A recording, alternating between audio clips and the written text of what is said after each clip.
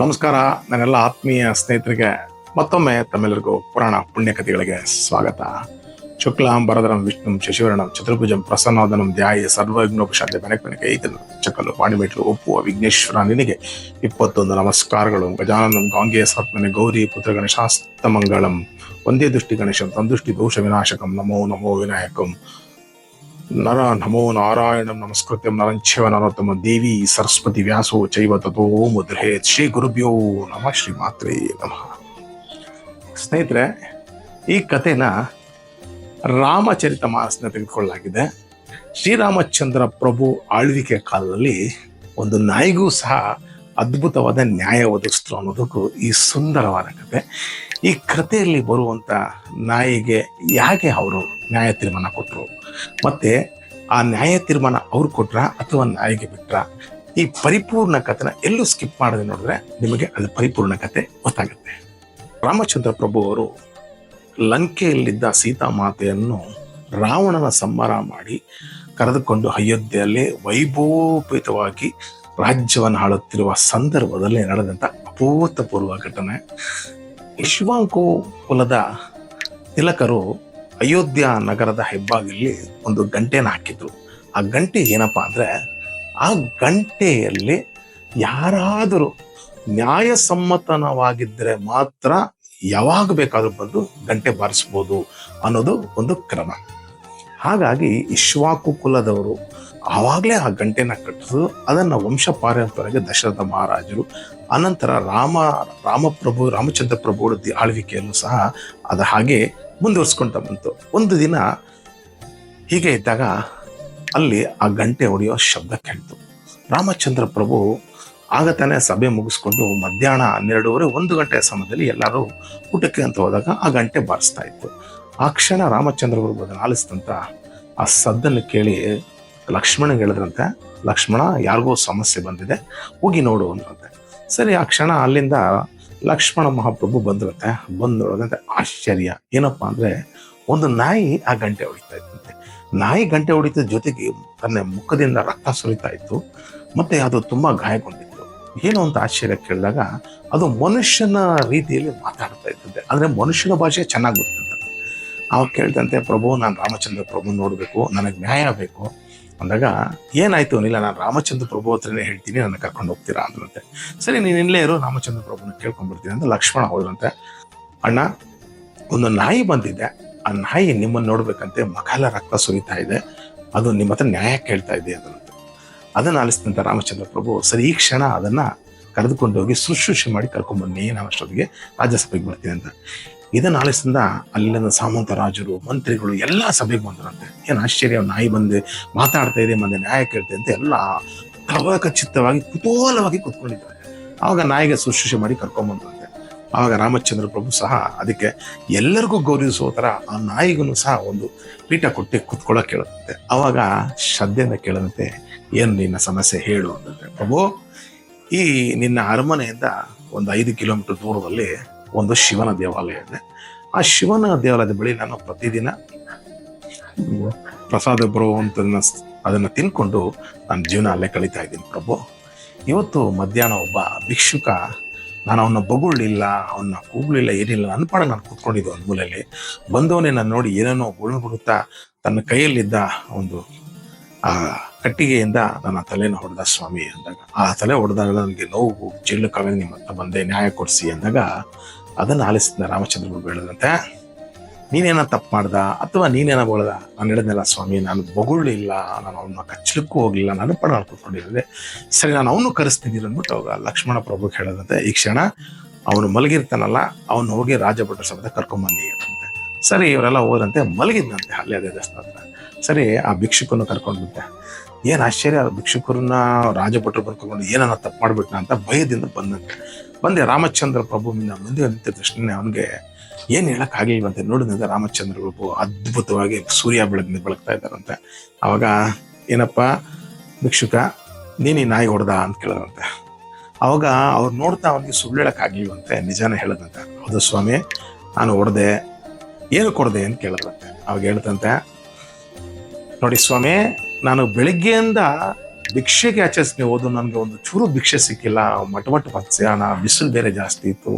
ಆ ಕೋಪಕ್ಕೆ ಈ ನಾಯಿ ಕುತ್ಕೊಂಡಿತ್ತು. ಪಾಪ ಅದೇನೂ ಮಾಡಲಿಲ್ಲ, ಅದ್ರ ಪಾಡ್ಗೆ ಅದು ಕುತ್ಕೊಂಡಿತ್ತು. ಅದನ್ನ ನೋಡಿ ಕೋಪದಿಂದ ಕೋಪ ಬಂತು, ಹೊಟ್ಟೆ ಬೇರೆ ಹಸ್ತಾ ಇದ್ದ ಕಾರಣಕ್ಕಲ್ಲ ಹೊಡೆದೆ ಸ್ವಾಮಿ ಅಂತ ಹೇಳಿ. ಆವಾಗ ರಾಮಚಂದ್ರ ಪ್ರಭು ಹೇಳ್ತಾರೆ, ನೀನು ಮಾಡಿದ ತಪ್ಪಲ್ವಾ ಅಂದ್ರೆ, ಹೌದು ಸ್ವಾಮಿ ನಾನು ಮಾಡಿದ ತಪ್ಪೆ. ಸರಿ, ಅಲ್ಲಿರೋ ಎಲ್ಲ ಸಭಿಕರೆಲ್ಲ ಕುತ್ಕೊಂಡಿದ್ರಂದ್ರೆ ಯಾವ ರೀತಿ ಪ್ರಭು ರಾಮಚಂದ್ರ ಪ್ರಭು ಇದಕ್ಕೆ ತೀರ್ಮಾನ ಕೊಡ್ತಾರೆ. ಅವಾಗ ಆ ಕ್ಷಣ ಏನ್ ಮಾಡುತ್ತೆ, ರಾಮಚಂದ್ರ ಪ್ರಭು ಹೇಳಿದ್ರಂತೆ, ಕ್ಷಣ ರಾಮಚಂದ್ರ ಪ್ರಭು ಆಲೋಚನೆ ಮಾಡಿದ್ರಂತೆ, ಇದು ಸ್ವಲ್ಪ ಕಷ್ಟಕರವಾಗಿದೆ, ನಾನು ಇದನ್ನ ನ್ಯಾಯ ತೀರ್ಮಾನ ಕೊಡೋದು ಅಂತ ಆಲೋಚನೆ ಮಾಡ್ತಾ ಅವ್ರಿಗೆ ಆ ಕ್ಷಣ ಹೊಳಿತಂತೆ. ನೋಡಿ, ಜಗತ್ತಿನ ಸೃಷ್ಟಿ ಮಾಡಿದವನು ಭಗವಂತ, 14 ಲೋಕಗಳ ಒಡೆಯ, ಯಾವ ಅವತಾರ ಬೇಕಾದ್ರೂ ತಗೋಬಹುದು, ಏನ್ ಬೇಕಾದ್ರೂ ಮಾಡೋದು, ಮುಂದೆ ಏನಾಗುತ್ತೆ ಹಿಂದೆ ಏನಾಗುತ್ತೆ ಪ್ರತಿಯೊಂದು ತಿಳಿದಂತ ಮಹಾಪ್ರಭು ಒಂದು ಕ್ಷಣ ಆಲೋಚನೆ ಮಾಡಿ ನ್ಯಾಯ ಕೊಟ್ಟರಂತೆ. ಆ ನ್ಯಾಯ ಹೇಗಿತ್ತು ಅಂತ ಹೇಳ್ತೀನಿ ಕೇಳಿ. ಅವಾಗ ಆ ಕ್ಷಣ ಅವ್ರು ಹೇಳಿದ್ರಂತೆ, ನೋಡಪ್ಪ, ಆ ನಾಯಿಗೆ ಅವ್ರು ಕರಿತಾ ಇದ್ದು ಸುನಕರಾವ್ ಅಂತ.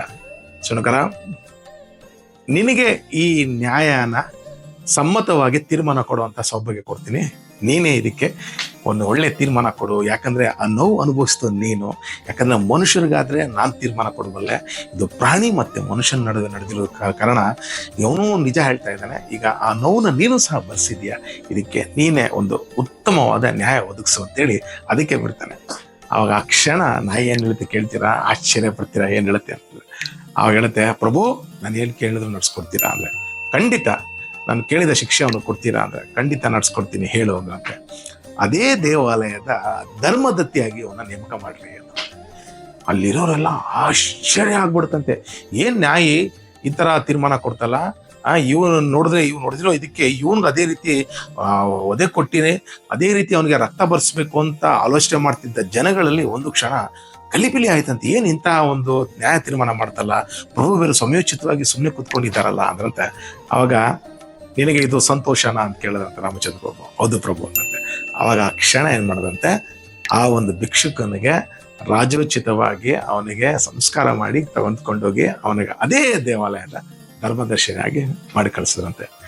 ಆ ಕ್ಷಣ ಎಲ್ಲ ಕುತ್ಕೊಂಡಿದ್ರಂತೆ, ನಾಯಿ ಮತ್ತೆ ನಿಲ್ಲತ್ತೆ ಅಂತ ಹಾಕೊಂಡಿದ್ರಂತೆ. ಆವಾಗ ರಾಮಚಂದ್ರ ಪ್ರಭು ಕೇಳಿದ್ರಂತೆ, ಈಗ ನಿನಗೆ ಸಂತೋಷ ಆಯ್ತಾ ಅಂದ್ರೆ, ಖಂಡಿತ ಅಂದ್ರೆ.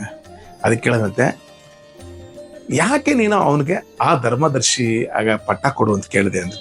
ಅವಾಗ ಹೇಳಿದ್ರೆ, ಪ್ರಭು ಪೂರ್ವ ಜನ್ಮದಲ್ಲಿ ನಾನು ಅದೇ ಒಂದು ದೇವಸ್ಥಾನಕ್ಕೆ ಧರ್ಮದರ್ಶಿ ಆಗಿದ್ದೆ, ಅಲ್ಲಿ ಕೊಡುವಂತ ಭಕ್ತಾದಿಗಳು ದಾನ, ಅವ್ರು ಕೊಡುವಂತ ಪ್ರಸಾದಗಳನ್ನೆಲ್ಲ ನಾನೇ ಗೊಳು ಸಹ ಮಾಡಿ ನನ್ನ ಒಂದು ಸಂಸಾರನ ಅದ್ಭುತವಾಗಿ ತೂಗಿಸ್ತಾ ಇದ್ದೆ.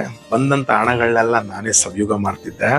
ಜೊತೆಗೆ ಪಾಪ ಭಕ್ತಾದಿಗಳು ಹಬ್ಬ ಹರಿದಿನಗಳಲ್ಲಿ ಪ್ರಸಾದಕ್ಕೆ ಅಂತ ಕೊಟ್ಟಾಗ ಅದನ್ನ 5 kg ಮಾಡಿಸಿ ಅಂದ್ರೆ, ನಾನು ಕೇವಲ 1 kg ಮಾಡಿ 4 kg ನಾವೇ ಕೊಡು ಸಹ ಮಾಡ್ತಾ ಇದ್ವಿ. ಅದರ ಪರಿಣಾಮವಾಗಿ ಈ ಜನ್ಮದಲ್ಲಿ ನಾಯಿ ಜನ್ಮ ಬಂದಿದೆ ಸ್ವಾಮಿ ಅಂದ್ರಂತೆ. ಆವಾಗ ರಾಮಚಂದ್ರ ಪ್ರಭುಗ ಆಶ್ಚರ್ಯ ಆಯ್ತಂತೆ. ಮತ್ತೆ ಕೇಳಿದಂತೆ, ನಿನಗೆ ಹೇಗೆ ಮಾತು ಬಂತು ಅಂದ್ರೆ, ಹಾಗಂದ್ರೆ, ಸ್ವಾಮಿ ಶಿವನ ಆರಾಧನೆ ಪ್ರತಿ ಕಾರ್ತಿಕದಲ್ಲಿ ಕೊಡುವಂತ ಜನಗಳ ಮಧ್ಯೆಗೆ ನನಗೂ ಏನೋ ಆ ಸ್ವಾಮಿ ನನಗೆ ಒಂಚೂರು ಒಳ್ಳೆ ಬುದ್ಧಿ ಕೊಟ್ಟೆನೋ ಅಂತ ಕಾಣುತ್ತೆ. ಆ ಸಂದರ್ಭದಲ್ಲೇ ಒಂದಷ್ಟು ನಾನು ಸಹ ಮಾಡಿದೆ ಸ್ವಾಮಿ. ಅದರ ಒಂದು ಪ್ರಭಾವದಿಂದ ಏನೋ ಆ ಪರಮಾತ್ಮ ನನಗೆ ಮಾತನ್ನ ಆಡೋದಕ್ಕೆ ಮತ್ತೆ ಅದೇ ಜಾಗದಲ್ಲಿ ನಾಯಿ ಹಾಕೊಟ್ಟಿದ್ದಾನೆ ಸ್ವಾಮಿ. ಇದನ್ನು ಕೇಳಿದ ರಾಮಚಂದ್ರ ಪ್ರಭು ಮನಸ್ಸಲ್ಲೇ ನಕ್ಕದಂತೆ. ಯಾಕಂದ್ರೆ ಪರಮಾತ್ಮ ಅಲ್ವ ಎಷ್ಟಾದ್ರೆ ಎಲ್ಲ ಗೊತ್ತಿರ, ಆದ್ರೆ ಒಂದು ನಾಯಿ ಮುಖಾಂತರ ಹೇಳಿಸ್ಬೇಕು ಅಂತ ಸೈಲೆಂಟ್ ಆಗಿ ಕುತ್ಕೊಂಡಿದ್ರಂತೆ. ಇದನ್ನ ಆಲಿಸಿದಂತೆ ಎಲ್ಲ ಜನ ಒಂದು ಸಲ ದಂಗಾದ್ರಂತೆ. ಯಾಕಂದ್ರೆ ಅವನು ಸಹ ಅಲ್ಲಿ ಹೋದಾಗ ಅವನು ಮೊದಲೇ ಲೋಭಿ, ಇನ್ನು ಈ ತರ ಅವಕಾಶ ಸಿಕ್ಕಿದಾಗ ಬಿಡ್ತಾನ ಅವನು. ಇವರು 1 ಜನ್ಮ, ಅವನು 1000 ಜನ್ಮ ಎತ್ಕೊಂಡ್ಬರ್ತಾನೆ ಅದೇ ನಾಯಿ ಆಗಿ. ಯಾಕಂದ್ರೆ ದೇವರ ದುಡ್ಡು, ದೇವರ ಕಾಸು, ದೇವರದ್ದು ಏನೇ ತಿಂದ್ರು ಇದೆ ನಾಯಿ ಹಾಕ್ತಾನೆ. ಅದಕ್ಕೆ ಇದೇ ಅದ್ಭುತವಾದ ಕತೆ. ಅದಕ್ಕೆ ದೇವಸ್ಥಾನ ಧರ್ಮದರ್ಶಿಗಳಾಗ್ಬೋದು, ಖಜಾಂಚಿಗಳಾಗ್ಬೋದು, ಯಾವುದೇ ಕಾರಣಕ್ಕೂ ದೇವರ ದುಡ್ಡನ್ನಾಗ್ಲಿ, ದೇವರದ್ದು ಏನೇ ಆಗಬಾರ್ದು, ಮುಟ್ಲೇಬಾರ್ದು ಸ್ನೇಹಿತರೆ. ಇದು ಆವಾಗ್ಲೇನೆ ನಡೆದಂಥ ಘಟನೆ ನಮ್ಗೆ ಈಗಲೂ ಸಹ ಪರಿಪಾಠ ಆಗಬೇಕು. ಯಾವುದೇ ಕಾರಣಕ್ಕೂ ಧರ್ಮದರ್ಶಿಯಾಗಿ ಬಹಳಷ್ಟು ಕಾಸು ಸಿಗುತ್ತೆ, ಮಜಾ ಮಾಡುವಂಥ ದಯವಿಟ್ಟು ಯಾವುದೇ ಕಾರಣಕ್ಕೂ ಯಾರು ಎಕ್ಸ್ಪೆಕ್ಟ್ ಮಾಡಬೇಡಿ. ಇದು ಕತೆ ನಮ್ಗೆ ಅದ್ಭುತವಾದ ಪಾಠ. ಅದಕ್ಕೆ ಏನ್ ಹೇಳ್ತಾರೆ ಹಿರಿಯರು, ಒಂದು ದೇವಸ್ಥಾನ ಕಟ್ಟಿದಾಗ ನಮ್ಮ ಕೈಲಾಗಿ ಸಹಾಯ ಅಂತ ನೋಡಿ. ದೇವಿ ದೇವಸ್ಥಾನಕ್ಕೆ ನೀವು ಒಂದು 500 ಇಟ್ಟಿಗೆ ಕೊಡಿಸ್ತೀರಾ, 500 ವರ್ಷಗಳ ಕಾಲ ಮಣಿದ್ವೀಪದಲ್ಲಿ ಇರ್ತೀರಂತೆ. ಅದೇ ನೀವು ಒಂದು ಪೇಂಟಿಂಗ್ ಮಾಡಿಸಿದ್ರ ಅಥವಾ ಚಾಪಕಲ್ಲು ಹಾಕಿಸಿದ್ರ ಆ ದೇವಸ್ಥಾನ ಶಿಥಿಲ ಆಗುವವರೆಗೂ ನೀವು ಆ ಮಣಿದ್ವೀಪದಲ್ಲ, ಅದೇ ಶಿವನ ದೇವಾಲಯಲ್ಲಿ ಒಂದಷ್ಟು ನಿಮ್ಗೆ ಅನುಕೂಲವಾಗಿದ್ದು ಸಿಮೆಂಟು ಮರಳು ಏನು ಕೊಡಿಸ್ತೀರ ಅದು ಶಿಥಿಲ ಆಗುವವರೆಗೂ ನೀವು ಶಿವನ ಪಕ್ಕದಲ್ಲೇ ಕೈವಲ್ಯದಲ್ಲಿ ಇರ್ತೀರಂತೆ. ಮತ್ತೆ ಅದೇ ರೀತಿ ಭಗವಾನ್ ಮಹಾವಿಷ್ಣು ದೇವಸ್ಥಾನ ಕೃಷ್ಣನ ದೇವಸ್ಥಾನಕ್ಕೆ ನಿಮ್ಮ ಕೈಲಾಗ ಸಹಾಯ ಮಾಡಿದ್ರೆ ವೈಕುಂಠ ಪರ್ಯಂತ ನೀವು ಈ ದೇವಸ್ಥಾನ ಶಿಥಿಲಗೊಂಡವರೆಗೂ ನೀವು ಅಲ್ಲೇ ಇರ್ತಿರಂತೆ. ಇದು ನಾನು ಹೇಳಿಲ್ಲ ಸ್ನೇಹಿತರೆ, ಸಾಕ್ಷಾತ್ ವೇದವ್ಯಾಸರು ಈ ವಾಮನ ಪುರಾಣದಲ್ಲಿ ಬರುವಂಥ ಅದ್ಭುತ ಕತೆ ಮತ್ತೆ ಜೊತೆಗೆ ಶ್ರೀರಾಮಚರಿತ ಮಾನಸದಲ್ಲೂ ಈ ಕತೆ ಬರುತ್ತೆ. ಹಾಗಾಗಿ ಈ ಕಥೆನ ನನಗೆ ಬಹಳ ದಿನ ಹೇಳ್ಬೇಕು ಅನ್ನಿಸ್ತು. ಈ ಸಂದರ್ಭ ಸಿಕ್ತು ಅಂತೇಳಿ ನಿಮಗೆ ಈ ಕಥೆನ ಹೇಳಿದ್ದೀನಿ. ನಿಮ್ಗೇನಾದರೂ ಈ ಕತೆ ಇಷ್ಟ ಇದ್ರೆ ದಯವಿಟ್ಟು 4 ಜನಕ್ಕೆ ಶೇರ್ ಮಾಡಿ ಅಂತ ಹೇಳ್ತೀನಿ. ಅದೇ ರೀತಿ ಇದುವರೆಗೂ ಯಾರು ನನ್ನ ಚಾನಲ್ನ ಸಬ್ಸ್ಕ್ರೈಬರ್ ಆಗಿಲ್ಲ, ದಯವಿಟ್ಟು ಸಬ್ಸ್ಕ್ರೈಬರ್ ಆಗಿ ಬೆಲ್ ಐನ ಕೂತೋದು ಮಾತ್ರ ದಯವಿಟ್ಟು ಮರಿಬೇಡಿ ಅಂತ ಹೇಳ್ತಾ, ಸ್ವಸ್ತಿ ಪ್ರಜಾಪಾಲಯಂತ ಜ್ಞಾನೇನ ಮಾರ್ಗೇಣ ಮಹಿಮೈಷ ಗೋಬ್ರಾಹ್ಮಣ ಶುಭಮಸ್ತು ಲೋಕ ಸಮಸ್ತ ಸುಖಿನೋ ಭವಂತು ಸನ್ಮಂಗಳಾನಿ ಭವಂತು ಅಂತ ಹೇಳ್ತಾ ಈ ಕಥೆನ ಇಲ್ಲೇ ಮುಗಿಸ್ತಾ ಇದ್ದೀನಿ. ನಿಮ್ಮ ಅನಿಸಿಕೆ ಅಭಿಪ್ರಾಯ ಏನಾದರೆ ದಯವಿಟ್ಟು ಕಾಮೆಂಟ್ ಬಾಕ್ಸ್ ಮೂಲಕ ಕಾಮೆಂಟ್ ಮಾಡಿ ತಿಳಿಸಿ ಅಂತ ಹೇಳ್ತಾ ಮತ್ತೊಂದು ಕಥೆಗೆ ಮುಂದಿನ ಬಂದು ಕಾಣ್ತೀನಿ. ಅಲ್ಲಿರ್ಗೋ ತಮ್ಮೆಲ್ಲರಿಗೂ ಧನ್ಯವಾದಗಳು.